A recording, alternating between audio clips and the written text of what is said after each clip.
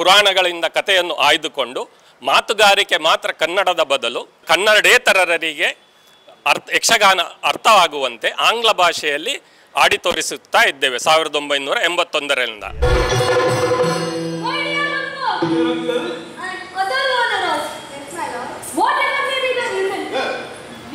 ಸದುದ್ದೇಶ ಏನೆಂದರೆ ಕನ್ನಡೇತರರಿಗೆ ಯಕ್ಷಗಾನ ಕಲೆ ಅರ್ಥ ಆಗಬೇಕು. ಲಲಿತಕಲಾ ಅಕಾಡೆಮಿ ಮೈಸೂರಿನವರು ನಮ್ಮ ತಂಡಕ್ಕೆ ಲಲಿತಕಲಾ ಪೋಷಕರು ಎಂಬ ಬಿರುದನ್ನು ಕೊಟ್ಟಿದ್ದಾರೆ.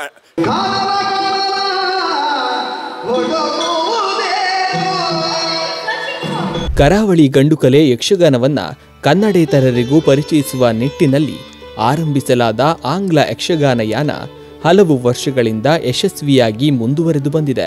ಈ ಪ್ರಯತ್ನದ ಭಾಗವಾಗಿ ಯಕ್ಷನಂದನ ಪಿ.ವಿ. ಐತಾಳ ಇಂಗ್ಲಿಷ್ ಯಕ್ಷಗಾನ ಬಳಗದ 44ನೇ ವಾರ್ಷಿಕೋತ್ಸವದ ಪ್ರಯುಕ್ತ ಮಂಗಳೂರಿನ ಪುರಭವನದಲ್ಲಿ ವಾಲಿಮೋಕ್ಷ ಎಂಬ ಆಂಗ್ಲ ಯಕ್ಷಗಾನ ಪ್ರದರ್ಶನಗೊಂಡಿತು.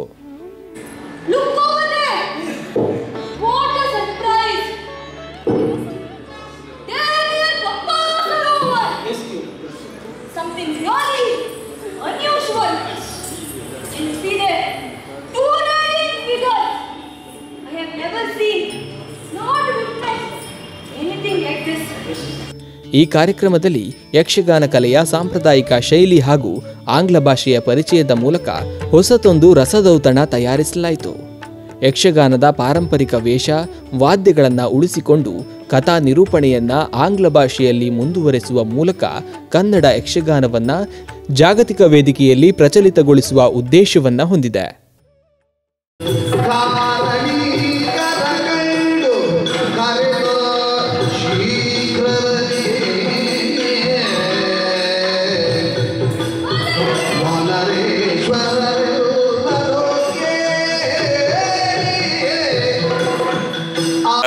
ಐತಾಳ ಪಿ.ವಿ. ಐತಾಳ್ ಅಡ್ವೊಕೇಟ್ ಅವರ ದ್ವಿತೀಯ ಪುತ್ರ.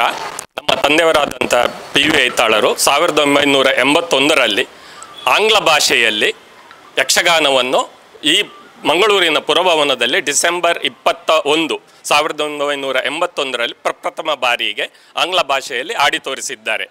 ಯಕ್ಷಗಾನದ ಪರಂಪರೆಯನ್ನು ಬಿಟ್ಟುಕೊಡದೆ ಎಲ್ಲ ಪರಂಪರೆಯ ವಿವಿಧ ಅಂಗಗಳ ಯಕ್ಷಗಾನದ ವಿವಿಧ ಅಂಗಗಳನ್ನು ಅದೇ ರೀತಿ ಉಳಿಸಿಕೊಂಡು ನಮ್ಮ ಭಾರತ ದೇಶದ ಪಾರಂಪರೆಯನ್ನು ಉಳಿಸಿಕೊಂಡು ಪೌರಾಣಿಕ ಕಥಾಭಾಗವನ್ನು ಮಹಾಭಾರತ ರಾಮಾಯಣದಂಥ ಪುರಾಣಗಳಿಂದ ಕಥೆಯನ್ನು ಆಯ್ದುಕೊಂಡು ಮಾತುಗಾರಿಕೆ ಮಾತ್ರ ಕನ್ನಡದ ಬದಲು ಕನ್ನಡೇತರರಿಗೆ ಯಕ್ಷಗಾನ ಅರ್ಥವಾಗುವಂತೆ ಆಂಗ್ಲ ಭಾಷೆಯಲ್ಲಿ ಆಡಿ ತೋರಿಸುತ್ತಾ ಇದ್ದೇವೆ 1981ರಿಂದ. ತಂದೆಯವರು 6 ಪ್ರಸಂಗವನ್ನು ಆಂಗ್ಲ ಭಾಷೆಯಲ್ಲಿ ಬರೆದಿದ್ದಾರೆ. ಆಮೇಲೆ ನನ್ನ ಅಣ್ಣನಾದಂಥ ಡಾಕ್ಟರ್ ಸತ್ಯಮೂರ್ತಿ ಐತಾಳ, ತಮ್ಮನಾದಂಥ ಸಂತೋಷ್ ಐತಾಳ ವಕೀಲರು, ಅವರು ಹಲವು ಪ್ರಸಂಗಗಳನ್ನು ಬರೆದಿದ್ದಾರೆ. ಈ ವರ್ಷ ವಾಲಿಮೋಕ್ಷವನ್ನು ನಾನು ಆಂಗ್ಲ ಭಾಷೆಯಲ್ಲಿ ಬರೆದಿದ್ದೇನೆ. ಹಾಗೆಯೇ ಕೆಲವರು ಹಿಂದಿಯಲ್ಲಿಯೂ ಭಾಷಾಂತರಿಸಿದ್ದಿದೆ, ಒಂದೆರಡು ಪ್ರಯೋಗಗಳನ್ನು ಆಡಿ ತೋರಿಸಿದ್ದಾರೆ. ನಮ್ಮ ಸದುದ್ದೇಶ ಏನೆಂದರೆ ಕನ್ನಡೇತರರಿಗೆ ಯಕ್ಷಗಾನ ಕಲೆ ಅರ್ಥ ಆಗಬೇಕು.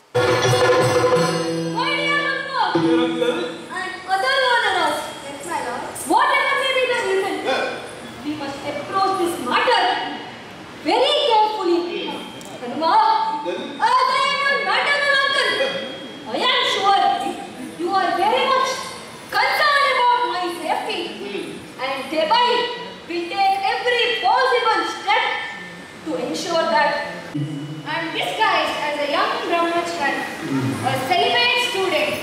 Let me approach to the next step of the conversation.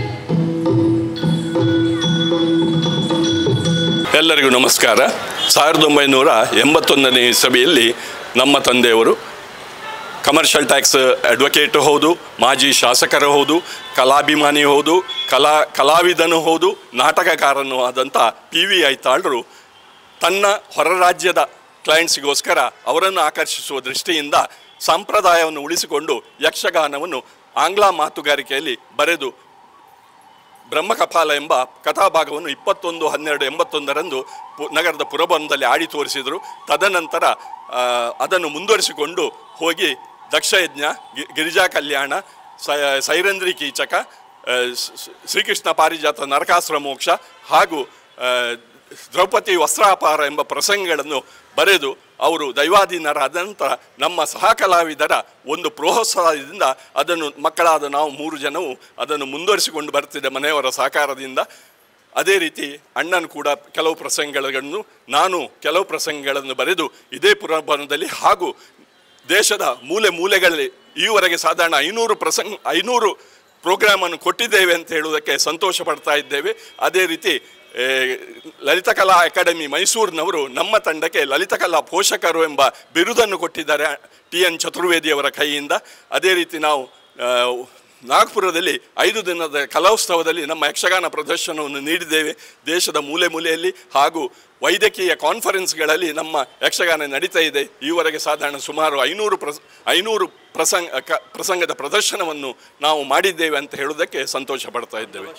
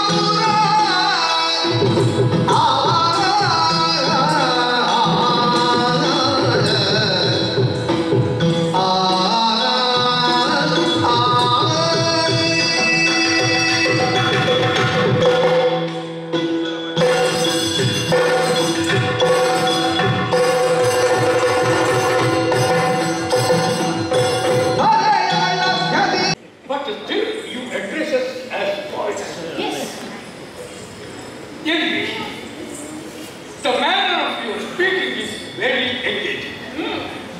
We are happy to speak with you. You seem to have mastered the art of speaking to others, which suggests that you have a deep understanding of the world.